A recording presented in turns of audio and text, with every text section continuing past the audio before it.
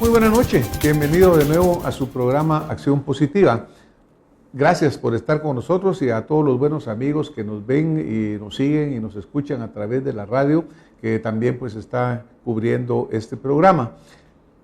Realmente hoy vamos a continuar con un tema que a todos los guatemaltecos pues nos tiene realmente en ascuas, y es el hecho de la resistencia pacífica, estas manifestaciones ciudadanas que se están presentando una tras otra. Se empezó el 25 de abril, seguimos el 16 de mayo, luego de nuevo se vuelve a estar el reciente pasado domingo en la Plaza de la Constitución. Ahí vemos nosotros a guatemaltecos de todos los orígenes, vemos ahí a mucha gente, desde mujeres, hombres, niños, realmente en una fiesta, en una alegría ciudadana muy interesante. Se entona el himno con mucho fervor y sobre todo esto se hace en una forma espontánea. No hay específicamente quien convoque, tampoco hay nadie que quiera robar el protagonismo y subirse a una tarima y empezar a hablar. No, es el pueblo que se está manifestando. Pero realmente la situación que sí se está generando en alguna forma, la inquietud que tienen muchos ciudadanos, es decir, no hemos fallado, aquí estamos presentes. Hubo un día en una de las concentraciones, el 16 de mayo, cuando hubo mucha lluvia, el guatemalteco afrontó la lluvia, se taparon como se pudo y estuvieron firmes. Pero la pregunta viene, ¿a dónde vamos? ¿Está lográndose realmente obtener los resultados que se quieren? Ya sabemos que han habido campañas para tratar de confundir a la gente, que no vayan, que sí vayan, meter campañas negras en el sentido de tratar de que el guatemalteco no acuda a este llamado cívico, pero no lo han logrado hasta el momento. Pero es importante, eso sí, que estas marchas ciudadanas, que esta primavera que está renaciendo en este momento, vaya, que salga esa flor que queremos. Y la flor que queremos es como una de esas lindas orquídeas bellísimas de Guatemala, una verdadera nación democrática en la cual los ciudadanos sean los soberanos, como lo indica nuestra propia Constitución, y que salgamos de ese lastre que todavía estamos viviendo, en el cual los corruptos se han entronizado y han venido a querer dominar, y desafortunadamente pues han dominado nuestro gobierno, nos han quitado la dignidad como guatemaltecos. Para seguir con el tema hoy, pues tengo un invitado muy apreciado por nosotros, el licenciado Danilo Roca Varías, a quien le damos la bienvenida. Licenciado, bienvenido a Acción Positiva. Muchas gracias, Francis. Yo realmente estoy impresionado de la capacidad de síntesis que tuviste para narrar y decir cómo realmente han acontecido los hechos, unos hechos históricos que han acumulado una carga seguramente que por muchísimo tiempo no había tenido cauces ni canales de expresión. Lo que es lamentable, porque los partidos políticos debieran de llenar esa función. Esa intermediación entre la sociedad y el Estado es la tarea fundamental de los partidos políticos. Pero en Guatemala, desafortunadamente, ya todos lo sabemos, y es lo que denuncia, entre otras cosas, la población, o evidencia la actitud de la población, es que no tenemos ese soporte comunicacional que pudiera darle la posibilidad al guatemalteco de encontrar su cauce ideológico, de encontrar su participación política y expresarse en consecuencia sobre su propio futuro. Esto nos ha llevado a que, gracias a la averiguación que llevó a cabo la organización internacional que nos acude a dar esa asesoría en Guatemala, y el Ministerio Público, de alguna manera, digo de alguna manera, porque yo creo que todo esto que está sucediendo está al margen de la voluntad política de quienes están en el Ministerio Público, de los que están en la Corte Suprema de Justicia y de los que están en el Ejecutivo.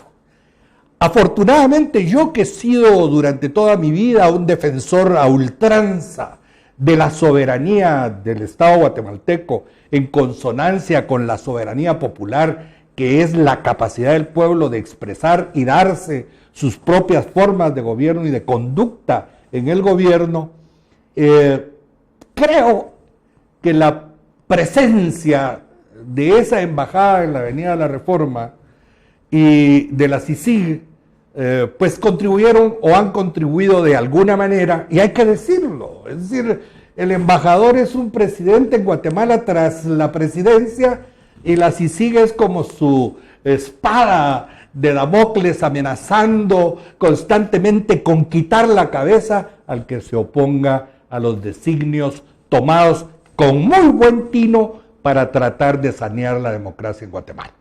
Lamentablemente no fuimos nosotros, lamentablemente no fueron los dirigentes políticos, porque nos invisibilizaron, nos proscribieron del escenario político nacional para poner a una serie de actores secundarios que todos juntos tratando de elaborar una sola idea, no lográs entender qué es lo que persiguen, por qué es lo que han luchado y qué le ofrecen al país. Una dirigencia política disminuida a niveles que dan pena. Es que decirle a un extranjero, a un visitante, ese es candidato presidencial en mi país, es casi como confesar que el país está en la ruina. Como que se hubieran agotado las fuentes de creación intelectual, política, incluso verbal, para poder entonar todos una música que fuera de la satisfacción de toda la población, o por lo menos la esperanza de la población. Estamos en una situación tan pobre que desde luego la caída del sistema no elimina la caída de los partidos políticos. Claro. Si es la fuente sobre la que cae la responsabilidad histórica de estar como estamos. Entonces no puede ser que escojamos a Barrabás y crucifiquemos a Jesús otra vez, ¿verdad? Es decir, Barrabás son los partidos políticos y Jesucristo es el pueblo que va a irse a crucificar en un proceso electoral que de veras debemos de ser categóricos, no es ni oportuno, no es justo y no deja de ser contrario al ejercicio de algo que ha costado en la historia de la humanidad muchísimo esfuerzo y muchísima sangre, que es la soberanía popular, mi querido doctor.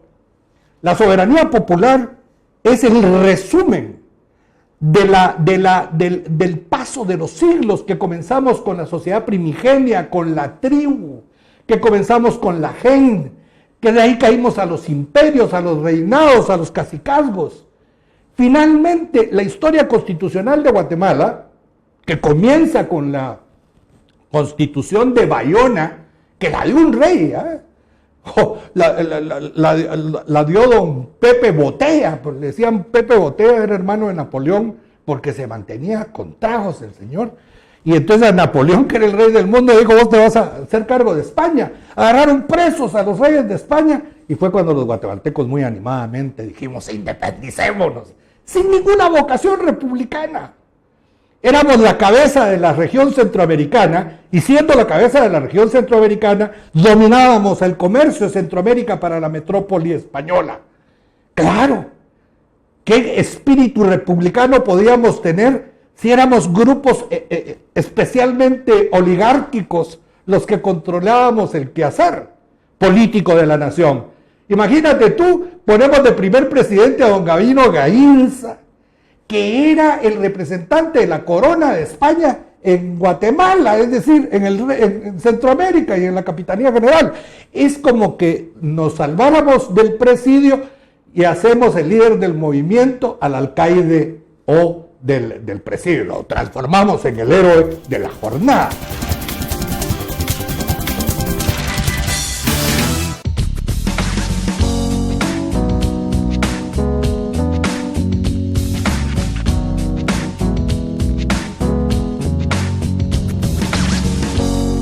Santa Lucía, en tu mesa todo el día.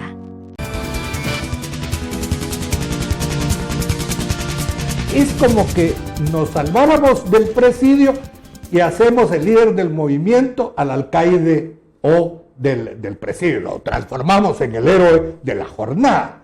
Esa vocación es terrible. Bueno, pero si tú te das cuenta en ese sentido, Danilo, por ejemplo, aquí le hemos mencionado muchas veces, ¿no? Cuando tú dices a ver qué vocación republicana y sobre todo a ver qué reto hemos tenido. Como tú dices, el señor Gabino Gainza entra con un sombrero, le da la vuelta y sale con el otro. Y la historia sigue siendo la misma. Yo creo que esa preocupación que tú has expresado de esta soberanía popular, porque la misma Constitución Política de Guatemala lo dice muy clara, la soberanía reside en el pueblo. Pero el pueblo ya está agotado, ya está aburrido de esa clase política que tú mencionas, que ha venido fallando. Pero ahora ha habido este florecimiento, nos hemos lanzado a las calles, hayas visto tú a toda la gente manifestando, pero se encuentra con ese muro que pareciera ser impenetrable. Aquí hemos oído nosotros diferentes opiniones, la hemos visto en los diferentes medios y hay varias posibilidades, pero todas como que llevan al pueblo a decirle, mire, ustedes están muy felices manifestando, ahí están de veras expresando ese valor y ese chapín de corazón que quiere salir adelante, pero mire, el sistema bloqueado. Está bloqueado por una razón, Francis. Por una razón, pero por ejemplo, dice, mire, aunque ustedes digan lo que digan, vamos a llegar a unas elecciones y los mismos van a llegar, los mismos van a seguir y aquí no va a cambiar nada. Pues tenemos que comenzar por decir no a las elecciones. No a las elecciones. El fenómeno que se dio en Guatemala en estas últimas semanas es que el señor presidente de la República ya hace lo que le ordenan estos poderes fácticos que han creado el tema de la renuncia de Valdetti y todo lo que hemos visto además. Pero seguramente la manifestación campesina, en donde ya se habló de la nacionalización de la energía, de la reforma agraria, les causó pavor. Y dijeron, bueno, si ya tenemos un presidente obediente, ¿para qué lo vamos a quitar? Si lo quitamos, creamos todo un proceso que puede llegar a tener consecuencias de veras demoledoras para el statu quo, demoledoras para el sistema oligárquico imperante, demoledoras para los monopolios, demoledoras para los explotadores, demoledoras para la clase política infestada, incapaz, incompetente y falsificadora de la dirección nacional, demoledora para todo lo que ha corrompido nuestro sistema democrático. Ahora está bien lo que tú mencionas, ¿no? Pero se puede suspender este proceso eleccionario, se puede prorrogar, no sirve, ¿verdad, Danilo? Porque para fin práctico, lo que el guatemalteco no quiere es simplemente suspenderlo, lo que quiere son los cambios verdaderos que permitan ya no elegir a los mismos, que no los diputados vayan arrastrados y los mismos que no han hecho nada, solo cobrar lo que sea, sigan con sus negocios. Se puede suspender el proceso, hay forma legal de hacerlo. Yo solo te voy a poner un caso, Francis, que es histórico.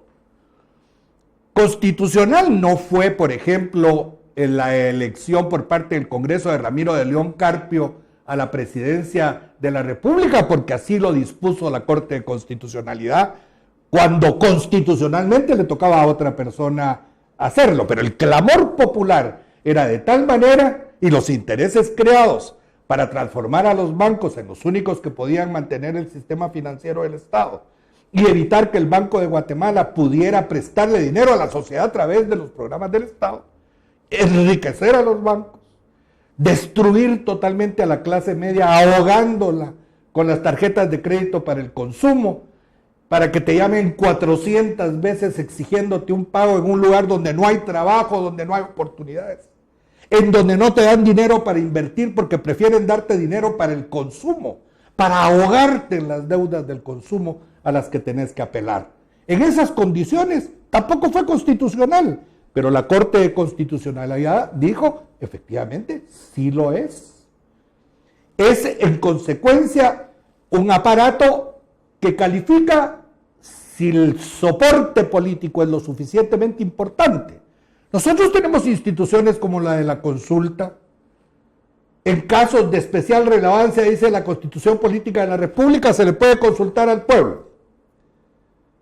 El Congreso de la República hace ese llamado al Tribunal Supremo Electoral, quien la realiza, con las preguntas que se tienen que hacer. Bueno, pues que hay que hacer esa consulta antes de interés, septiembre, y la pregunta podría ser: ¿quiere el pueblo de Guatemala que se suspendan las elecciones? ¿Qué interés puede tener estos diputados de este Congreso, con excepciones, porque no podemos decir que no hay reglas sin excepción, pero qué interés pueden tener estos diputados en romper un sistema que ellos han venido gozando, corrompiendo por tanto tiempo? Eso sería como poner al lobo a cuidar a las ovejas.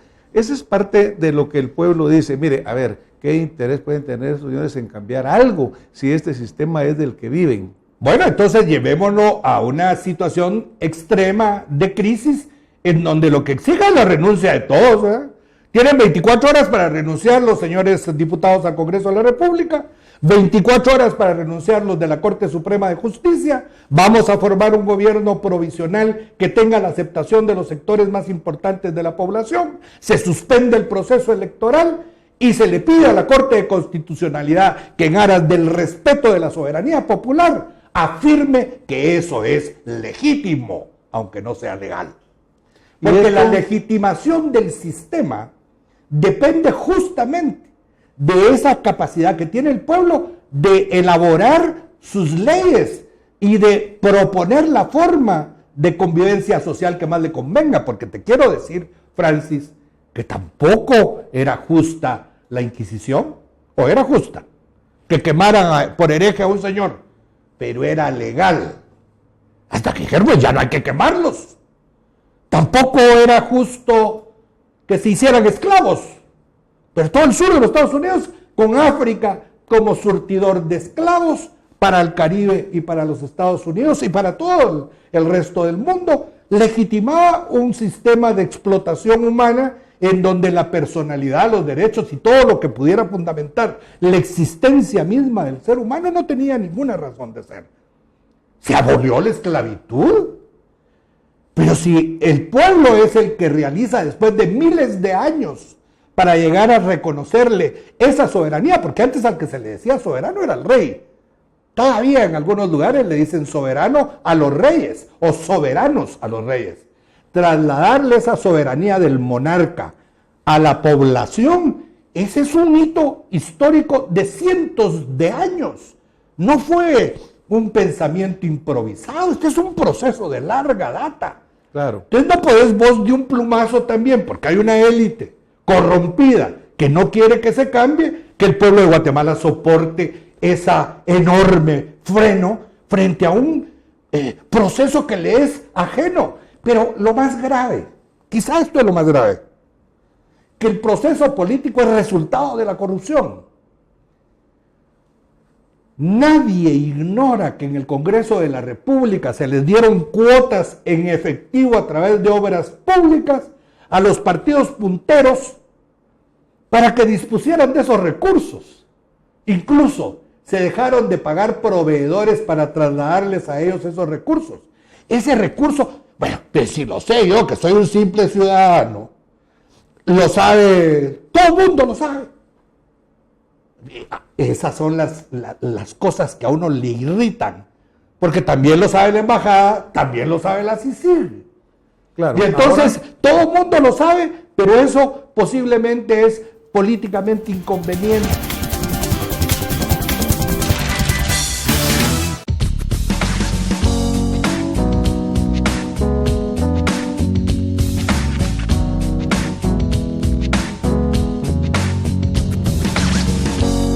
Santa Lucía, en tu mesa todo el día.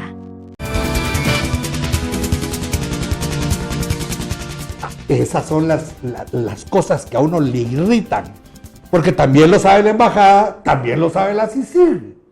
Claro. Y entonces todo el mundo lo sabe, pero eso posiblemente es políticamente inconveniente. Ahora, lo que se menciona, obviamente, de lo que tú dices, yo creo que en gran parte resume lo que el pueblo quiere. Dice: ¿cómo vamos a pasar otros 4 años con esta misma gente? Buscando ver cómo se eternizan, a lo mejor hasta logran encontrar alguna forma de veras eternizarse, como ha pasado en otros países. Pero, ¿cuál es la respuesta que se usa mucho o que viene y con la que quieren asustar? Mire, es que vamos a romper la institucionalidad. No, la institucionalidad está rota. ¿Cómo está rota? Bueno, está rota desde el momento en que quienes juraron defender la Constitución demostraron todo lo contrario. Es decir, el hecho de que nosotros acá no tengamos un sistema que cuide de tal manera, preserve la institucionalidad, como es el caso de los Estados Unidos, en donde una llamada telefónica además le cuesta el cargo a Richard Nixon. Es decir, la posibilidad de que alguien esté mirando de manera ilegal los actos de la competencia son suficientes para que caiga un régimen. En Francia es suficiente que un ministro tenga un amante, que, caso Prófumo, que podía revelar datos estratégicos de la Francia, que tenía que cuidar sus secretos de Estado para que se fuera el ministro. Pero aquí primero se va la población agotada a su casa antes de que los muchachos decidan abandonar los despachos. Claro. Pero es que el 23 de marzo del 82, por ejemplo, ya había un presidente electo. Lo había reconocido el Congreso de la República. Supuestamente había ganado las elecciones y había sido reconocido por el Tribunal Supremo Electoral. Y amaneció el 23 de marzo del 82 y no estaba ya ni Lucas. No estaba ya ni el general Guevara, no estaban los diputados electos, ni los alcaldes electos en ese proceso, porque se anuló con la satisfacción del pueblo. ¿Qué estamos esperando? ¿Que hay otro 23 de marzo? Por ejemplo, en Guatemala, si tú te das cuenta, después de que cae Roxana Valdetti, después que se destapa todo este asunto, vemos que los principales culpables todavía siguen sin tener ningún castigo.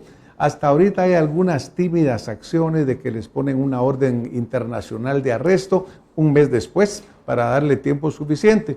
Recientemente en un medio sale publicado que este señor Monzón, 3 días antes de irse, aparentemente va a su oficina a limpiarla, antes de irse en este viaje que sabrá Dios por qué se fue a recibir un honoris causa, que también sabrá Dios de dónde y cómo llegó. Yo creo que ni Dios sabe, porque prácticamente es imposible que eso sucediera en un país decente, en una forma no corrupta. Pero para fin práctico, volvemos a que el sistema como que está empezando a defenderse, se enconcha sobre sí mismo. Recientemente hablamos aquí que la permanencia del presidente en esa posición ya es ilegítima porque el pueblo ya no lo quiere, pero él sigue encubriendo y sigue protegiendo a los que están alrededor, incluyendo a los que están claramente señalados. ¿En qué momento se vuelve legítimo este clamor popular, esta soberanía? Tú hablas de, por ejemplo, lo que sucedió en el 82, cuando hay un golpe y de repente pues Lucas sale, Aníbal Guevara ya no llega a la presidencia, fue un movimiento militar, pero en este momento ya no hay movimientos militares. Es la fuerza del movimiento cívico suficiente para cambiar y que las instituciones como la Corte, como el Congreso, se muevan. Yo digo que va a ser inevitable. Es decir, si se necesitó el 23 de marzo del 82 que se movilizaran ciertos grupos del ejército para poner orden a aquel desorden extremadamente notorio, evidente e inaguantable, pues este es el experimento por primera vez de que la movilización popular es capaz de cambiar las instituciones sin derramamiento de sangre. La Constitución Política de la República no está hecha para oprimir al pueblo, está hecha para generarle felicidad, bien común, justicia social. No es el custodio de los pícaros, es el protector de la sociedad. Una Constitución Política de la República que no llena esas funciones se transforma en una carga demasiado pesada para la población. Y en este sentido, yo no digo que la Constitución sea mala, pero la Constitución Política, por ejemplo, actualmente no permitiría que una reforma a la ley electoral y de partidos políticos pudiera, en todo caso, hacer que los gobernadores fueran electos, porque es constitucional. Tendría que ir a una constituyente. Necesariamente. No podría ser que la reelección de los alcaldes no se diera porque está en la Constitución. No podría darse que los diputados no fueran reelectos porque está en la Constitución. Entonces, si todo nos remite a la Constitución, lo que hay que cambiar es la Constitución. Y los que dicen que es el cambio a la ley electoral y de partidos políticos la solución, están mintiendo. Pero porque eso no es cierto. Porque están mintiendo buscando tener maniobras dilatorias. Sí, ¿verdad, es que no puede ser. Porque así vamos caminando y de repente te vas a encontrar con que el 6 de septiembre porque la ley hay que votar porque no querés. Sí, la ley constitucional se modifica con las 2/3 partes del Congreso. ¿Qué la pueden hacer? Claro que sí. Absolutamente cosméticas, sin ninguna profundidad. En tanto que comenzamos a discutir las reformas que tampoco van a ser aplicables para septiembre, sino para el 2016, cuando quien esté en la presidencia esté tratando de entronizarse y haciendo maniobras para evitar que esa voluntad popular se vea reflejada en actos concretos y políticamente aceptables. Dentro de las pancartas que estaban en el parque las veces que hemos ido, hay unas que dicen, ahora es el momento, hoy. Porque obviamente ya la clase política empezó a defenderse, ¿no? Y ya hay comisiones, ya hay mesas que van a discutir, ya van a salir camellos donde debían de salir caballos, es decir, ya vamos a empezar a dorarle otra vez al pueblo otros 4 años. Y como tú dices, resulta que el próximo va a querer entronizarse y quedarse ahí para siempre. Pero, a ver, Danilo, tú eres un hombre que tiene una trayectoria política, no la mencionamos en tu presentación porque todo el mundo conocemos mucho de tu carrera. Has estado en diferentes tipos de movimientos, hablaste del 23 de marzo del 82, una historia política en la cual ha habido de todo. ¿Cuál es verdad? Me tocó estar en la TGW el 23 de marzo del 82. Exacto, cuando oíamos la marimba con aquella música característica que todos decíamos, aquí está pasando algo. Danilo, a ver, ¿qué podemos hacer realmente? ¿Qué puede hacer el pueblo soberano para tener... Obligar al Congreso de la República, o que en el Congreso de la República algún diputado tenga la solvencia con un grupo de diputados amigos de la democracia y amigos del pueblo de promover la consulta popular, que ellos la pueden hacer para que el pueblo de Guatemala, en un plazo como el que está determinado por la propia Constitución Política de la República, se manifieste con una sola pregunta: ¿quieren o no queremos los comicios electorales en septiembre? A partir de que se legitime eso, va aparejada la renuncia del presidente de la República y la constitución de un gobierno de transición en donde ninguno de los ministros que está ahora puede estar ocupando ni siquiera un espacio cercano al Palacio Nacional, ni a ninguna dependencia pública, en donde en la transición, que puede ser de 90 días o de 120 días, el pueblo de Guatemala pueda confiadamente, en primer lugar, agotar a quienes ya se sobrepasaron su techo financiero y que en el momento en que dijeran que no hay elecciones, no va a haber ningún instituto que quiera hacer negocios en el futuro, o asociación, o bien empresa, que vaya a dejarles medio len. Y como siempre sucede, imagínate tú un partido que tiene la capacidad de devolver 7 millones de quetzales de un plumazo. Sería interesante ver de dónde salió esa plata, ver de dónde regresa, porque, a ver, qué maravilla que hoy lo pueden devolver, pero antes lo recibieron. ¿Qué pasa si no hubiera salido el escándalo a la luz pública? Ahí estaría guardado. No, guardadito no estaría. No, guardado no. Sí. Danilo, nos vamos a tener que ir, pero sí, yo quisiera reafirmar algo de lo que tú dijiste. ¿Existe ese mecanismo de la consulta popular? Ese es el que debiéramos estar discutiendo. Legítimo, existe. Lo puede hacer el Congreso y lo puede hacer el Congreso. Sí, lo puede hacer. Y yo creo realmente, de veras te agradecemos esta luz, y yo creo que obviamente habrá quien piense que no, habrá quien piense que sí, quien piense que no, invitados por favor a hablar aquí con Acción Positiva y venimos y seguimos discutiendo el tema. Pero ya el pueblo de Guatemala ya no puede seguir siendo engañado, ya no puede seguir verdaderamente dándonos o envolviéndonos con mentiras. Guatemala quiere respuestas, los ciudadanos queremos respuestas y queremos cambiar un sistema corrupto, deleznable, rechazado. Danilo, hoy nos vamos a tener que ir. Muchas gracias por tu contribución. Heroica tu contribución al momento crítico que vive Guatemala. Te felicito y me siento muy orgulloso. Vos sos de la tierra de Juan José Arévalo Bermejo, nuestro pariente, y desde luego un hombre que marcó las pautas de la honestidad y la franqueza de comunicación con su pueblo. Felicitaciones, Francis, esta tribuna es maravillosa y debes de seguirla manteniendo. Muchas gracias, Danilo, y a ustedes que nos han estado viendo, escuchando, acompañando como todos los domingos. Nos vemos la próxima semana con más Acción Positiva.